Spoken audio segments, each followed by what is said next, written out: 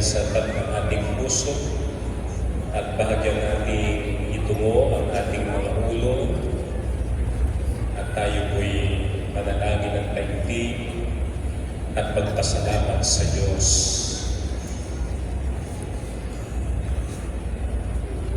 Ang 34 na taon na paglilingkod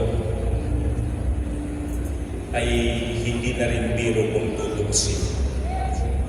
At dito natin napapatunayan na ang Diyos ay Diyos na tapat. At siya ang Diyos na kasama natin sa gawain ito.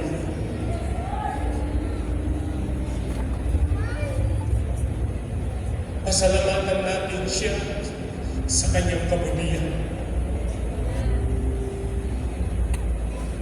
Manalangin tayo. Sa ngalan ng Ama, ng Anak, at ng Espiritu Santo. Amen. Yahweh, walang pagsidla ng tuwa na aming nadarama ngayong gabi. Dahil pinatunayan mong Ikaw ay Diyos na totoo. Ikaw ay Diyos na tapat sa amin. Na sa loob ng 34 na taon, hindi mo kami iniwan. Hindi mo kami pinabayaan. Salamat sa iyong katapatan. At yan ang aming ginugunita ngayong araw na ito. Ang katapatan mo na sa loob ng 34 na taon, kinalinga mo ang gawain ito. At salamat sa mga taong bukas sa ang puso upang maglaan ng buhay sa paglilingkod sa iyo. At kaming lahat na narito ngayong gabi ay taus-pusong nagpapasalamat sa iyong kabutihan at sa iyong katapatan. Mangyari nawa ng aming pagdiriwang ng iyong pangunahan at samahan. Mangyaring iwanan mo pong minsan pa ng tanda ng himala at kababalaghan ang anibersaryo nito. Nawa lahat ng naparitong may sakit ay uwing magaling. Ang mga naghihina ay lalakas. Ang mga nawawala ng pag-asa ay magkaroon ng panibagong pag-asa. At ang aming mga panalangin ay magkaroon ng katugunan ngayong gabi. Pagpalain mo rin ang aming mga salita na aming mapapakikinggan. Ang puso namin na may gawin kong matabang lupa na hahasikan nito upang ito'y mabunga ng maayos, sumibol at mamunga para sa karangalan ng iyong pangalan. At ngayon pa lang, inaangkin na namin ang tagumpay at dahil sa tagumpay, ikaw ay aming patuloy na pupurihin, patuloy na luluwalhatiin sa ngalan ng Ama, ng Anak, at ng Espiritu Santo. Amen at Amen. Purihin natin ang Panginoon.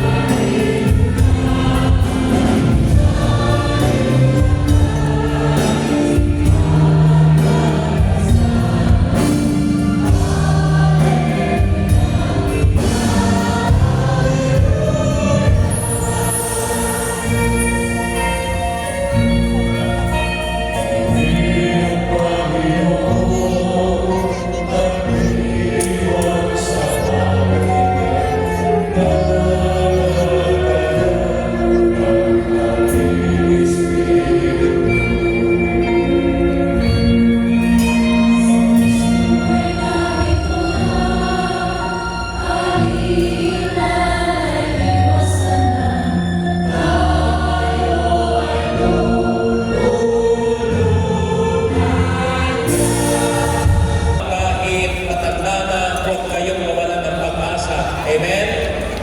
Hindi naman tayo dapat mawalan ng pag-asa sa buhay. Kasi naniniwala tayo na yung hindi lang doon sa kasabihan na habang may buhay ay may pag-asa. Hindi lang doon. Kundi naniniwala tayo na ang pag-asa kapag may muka, ito yung parang natin upang gumawa, magpatuloy, magsikap, magpursige, lalo na kung may minimikhi tayo na isang bagay na gusto nating makamit. O halimbawa, gusto mong makatapos ng pag-aaral. Anong gagawin mo? Natural, magsisikap ka kahit mahirap ang kalagayan mo sa buhay.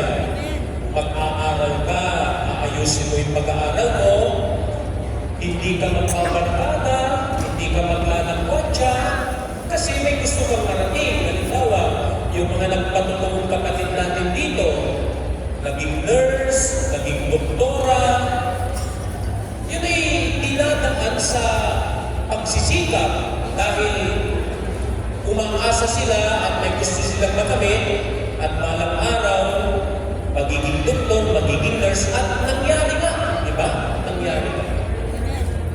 Kung gusto mong yumaman, natural, magsisikap ka, gagawa ka ng paraan. Huwag lang yung mali, huwag lang yung immoral. Kasi kapag ang isip natin ay gagawa ng mga immoral at hindi magandang paraan para yumaman, maaaring mangyari yun, pero alam natin ang consequence. Alam natin na magiging bunga, hindi nakalulugod ito sa Panginoon.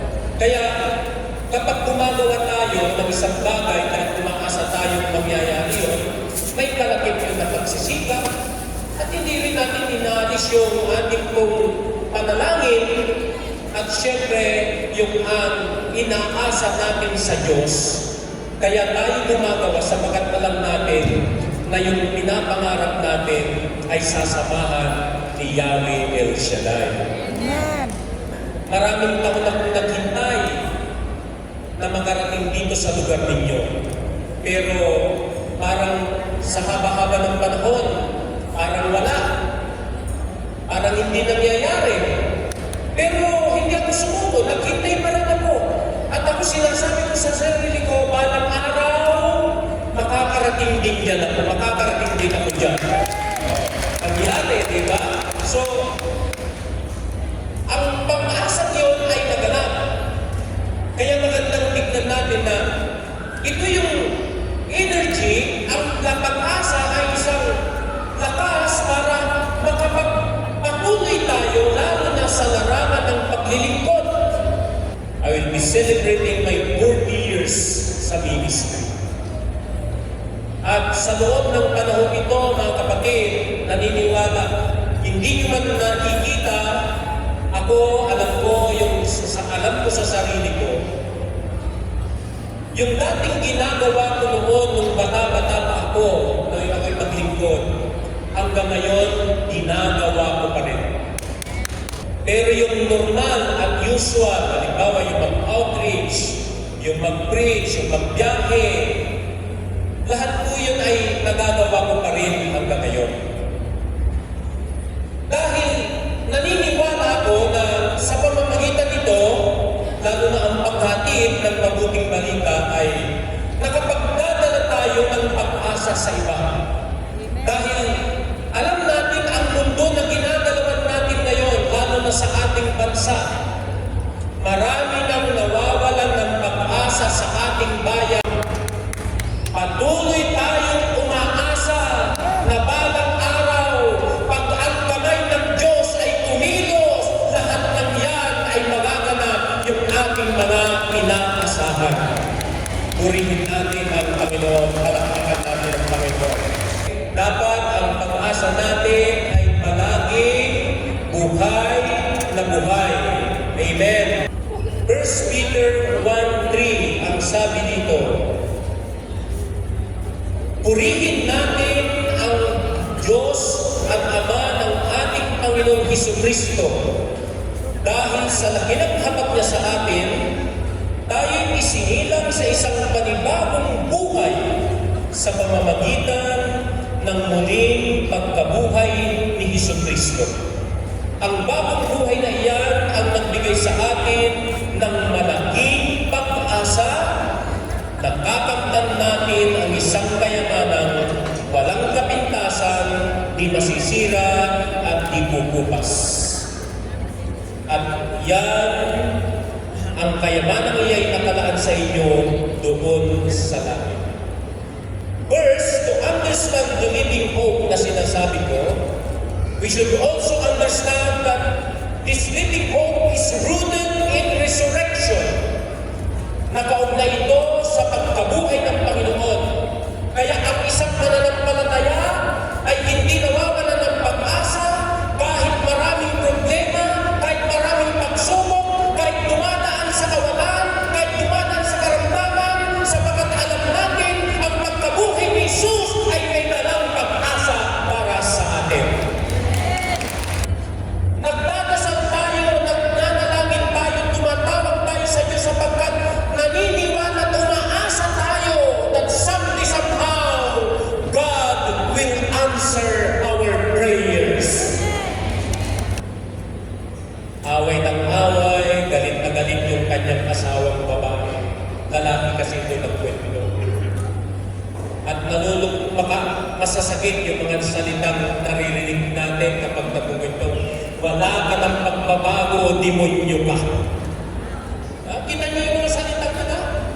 Baka kayo, binigkas nyo na rin yan. Baka sinabi nyo na rin sa asawa nyo. Ha? Dahil nakikita niya yung ginagawang masama na. Nagtingin niya, sa tingin niya, wala nang pagbabago ito kasi ang sama-sama. Pero tignan nyo, may himalang ginawa si El Shaddai. Nung sila'y nakatin ng prayer meeting na mag-asawa, parang may pagbabagong, may ihip ng hangin na dumaan sa buhay nila, na yan ang nagbago ng buhay ng bawat isa. At ngayon, nakita natin at nandito sila, kapwa sila naglilingkod na mag-asawa. Kaya kung kayo may asawa, na problema ninyo, ipanalangin nyo. Darating ang araw, papabuhin yan ni El Shaddai. Ay nagbago ng buhay ko kung paano ako mag-ingat at kung paano ako magpahalaga sa mga bagay-bagay sa buhay. It transformed me interiorly at ang kalooban ko, natuto akong magpahalaga kahit sa maliliit na bagay. And that is true. Sufferings are transformative. Sa lahat ng nakaranas ng hirap, tatandaan nyo, alam ko kahit isa may binago sa inyo. Alam nyo, sa kawalan, yung kahirapan ng buhay na wala kang pera, alam nyo, ingat na ingat ako sa pera. Lalo pag hindi ko pera. Kahit mahirap ang buhay namin, hindi po ako naging hindi matapat sa larawan ng pananalamin. Yan ang pwede kong ipagyabang sa inyo, mga kapatid. Pag hindi akin, hindi akin. Kaya, kayo na may mga katungkulan lalo sa ministry, lalo na kayo may lalo ang hinahawakan nyo yung salapit. Hindi nyo yan. Sa ministry yan, sa Panginoon yan. Hindi tayo mawala ng pag-asa sa Diyos na punong-puno ng pag-asa. Muli ilagay ang kamay sa tapat ng puso at sabihin natin, Mama,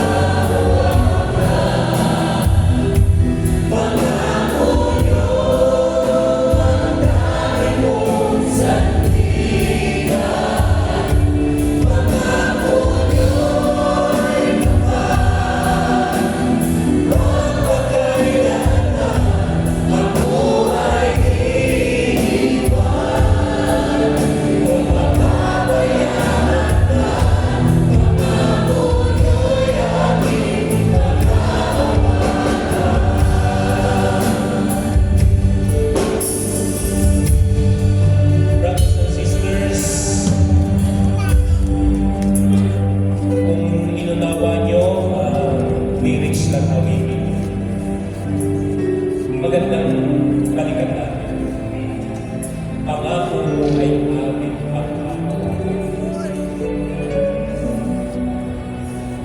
Madalas natin naririnig sa tao, madalas nabibig tayo. Pero pag Diyos ang nangako, asahan mo, hindi ka mabibigay. And I know,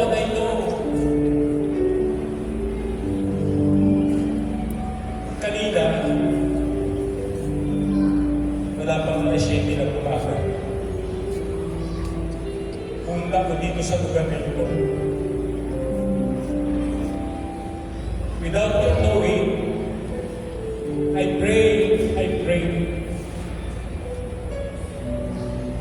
Ang panalangin ko, simple lang. Panginoon, samahan mo ang aming pagdiriwang sa araw na ito. Lahat ng makarating, makaupo sa mga upang inilatag dito tanggapin nila ang kanilang kahilingan.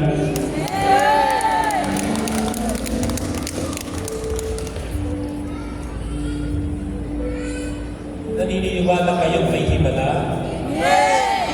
Naniniwala kayong tutupad ng Diyos sa kanyang pangako?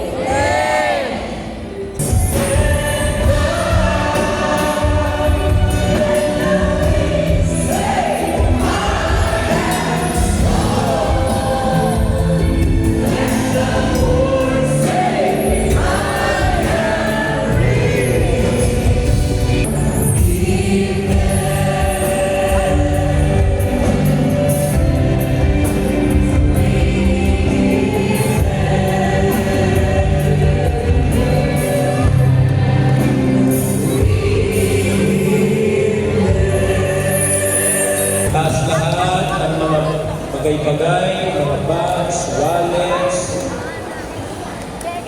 pagdulito, mga larawan ng mahal nyo sa buhay, mga prayer request ninyo, at lalong maganda kung may handog kayong ibibigay sa gawain ng Panginoon. At manalangin tayo, mapagpalang Diyos ang nananalig na salamat na patuloy kami nakadudulog sa trono ng iyong biyaya ngayong gabi. Mangyari naman na paspasan ng pagkalain ang lahat na sangkap na hawak ng aming kamay o yakap-yakap. Sa pamagitan nito, Panginoon, ang mga sangkap nito ay magiging kagamit-gamit na daluyan ng inimala at lalong makilala at mahayag ang iyong kadakilaan. I-bless mo po ang mga pagsilang, mga wallets nila. Siksikin ang biyaya upang may magamit sila sa pagkakawang gawa. Abutin po ang mga religious articles na kapag ginamit ito, mahayag ang iyong kadakilaan. Abutin mo ang larawan ng kanyang mga mahal sa buhay. Ang mga napapariwara ay sakit, ay abutin ang iyong pagpapalang kagalingan at pagbabagong buhay. At ganun din ang prayer request nila, alam namin, Panginoon, na kanina pa man